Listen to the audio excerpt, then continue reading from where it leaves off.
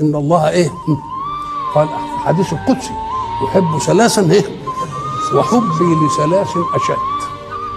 طب ايه الثلاثه اللي بيحبهم ويحب ثلاثه اشد؟ قال احب الفقير المتواضع والغني المتواضع اشد، واحب الشيخ الطائع والشاب الطائع اشد، واحب الغني الكريم والفقير الكريم اشد. هات المقابل بقى، وابغض ثلاثا وبغضي لثلاث اشد. طب قول كده،